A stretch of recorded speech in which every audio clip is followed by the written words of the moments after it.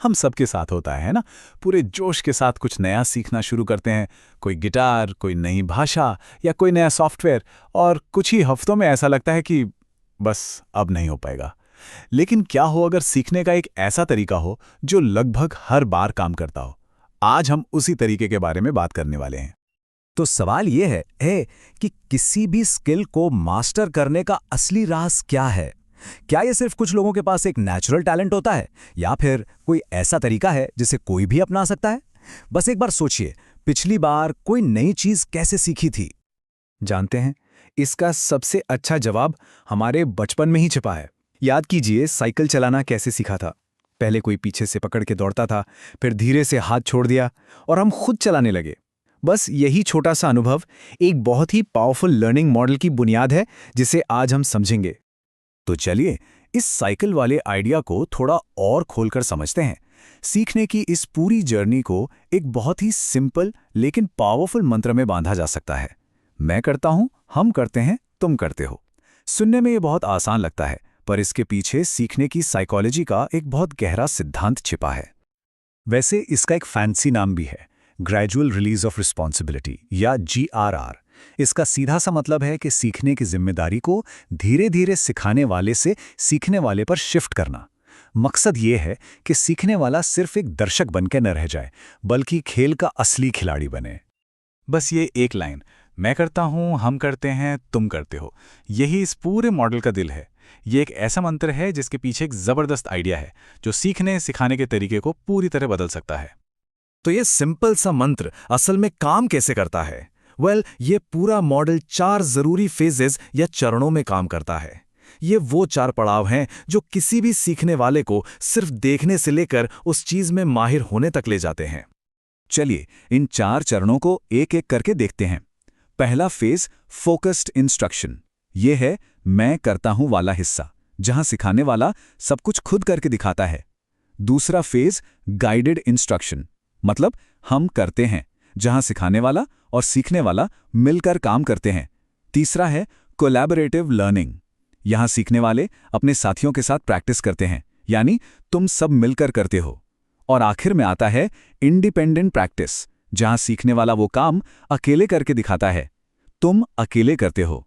बिल्कुल साइकिल सीखने जैसा ही है ना? तो सवाल यह है कि ये तरीका इतना असरदार क्यों है? इसका राज छिपा है एक तरह के सेफ्टी नेट में। ये मॉडल सीखने वालों को शुरू में पूरा सपोर्ट देता है, और जैसे जैसे उनका कॉन्फिडेंस बढ़ता है, ये सपोर्ट धीरे धीरे हटा लिया जाता है। इससे सीखने वाला सिर्फ सुनता नहीं है, बल्कि उस काम में एक्टिवली जुड़ जाता है। अब साइकिल के उदाहरण से थोड़ा आगे बढ़ते हैं और देखते हैं कि यही तरीका किसी दिमागी स्किल को सिखाने में कैसे काम करता है। मान लीजिए किसी कहानी का मुख्य विचार या मेन आइडिया खोजना सिखाना है। आप देखेंगे कि ये मॉडल सिर्फ फिजिकल ही नहीं, बल्कि किसी भी तरह की स्किल के लिए कितना जबरदस्त है। तो पहले फेज में टीचर सब कुछ खुद करके दिखाता है। वो एक कहानी पढ़कर अपनी सोचने की पूरी प्रोसेस को जोर से बोलते हैं, कुछ इस तरह, मुझे लगता है कि इस कहानी का मेन पॉइंट ये है कि यहां स्टूडेंट सिर्फ ये देख और सुन रहे हैं कि सोचना कैसे है। इसके बाद आता है हम करते हैं वाला फेज। अब टीचर पूरी क्लास को साथ लेकर चलते हैं। वो सवाल पूछते हैं, अच्छा अगर हमें पूरी कहानी को एक लाइन में बताना हो तो वो क्या होगी? चलो सब मिलकर सोचते हैं। इस फेज में टीचर सिर्फ हिंट देते हैं, जवाब नहीं। तीसरे फेज में जिम्मेदारी और भी ज्यादा स्टूडेंट्स की तरफ चली जाती है। अब उन्हें अपने पार्टनर के साथ बैठकर डिस्कस करने के लिए कहा जाता है। वो आपस में बात करते हैं, अपने आइडियाज शेयर करते हैं और मिलकर एक नतीजे पर पहुंचते हैं।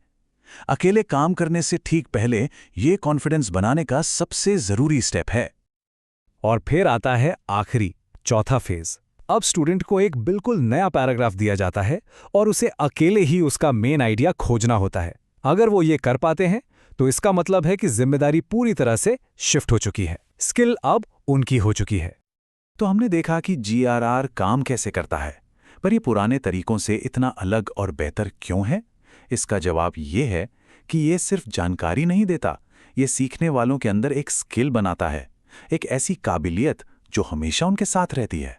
फर्क बिल्कुल साफ है। देखिए, पुराने तरीके में क्या होता था, टीचर ने समझाया और फिर स्टूडेंट को सीधा एक मुश्किल वर्कशीट थमा दी। इसमें फेल होने का रिस्क बहुत ज़्यादा था।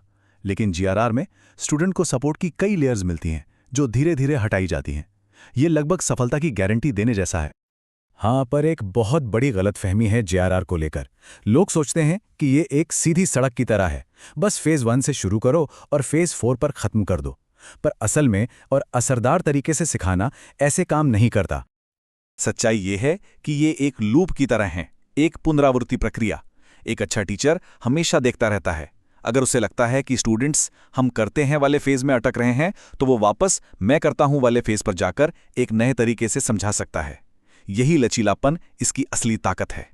तो कुल मिलाकर जीआरआर एक पुल की तरह काम करता है।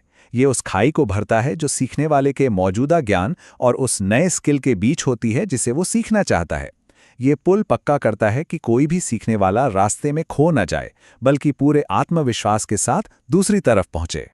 तो अब ये सोचने वाली बात है, क्लासरूम से बाहर, हमारे ऑफिस में, हमारे घरों में, ये मैं करता हूं उससे तुम करते हो तक का सफर और कहां-कहां हमारी छिपी हुई काबिलियत को बाहर ला सकता है।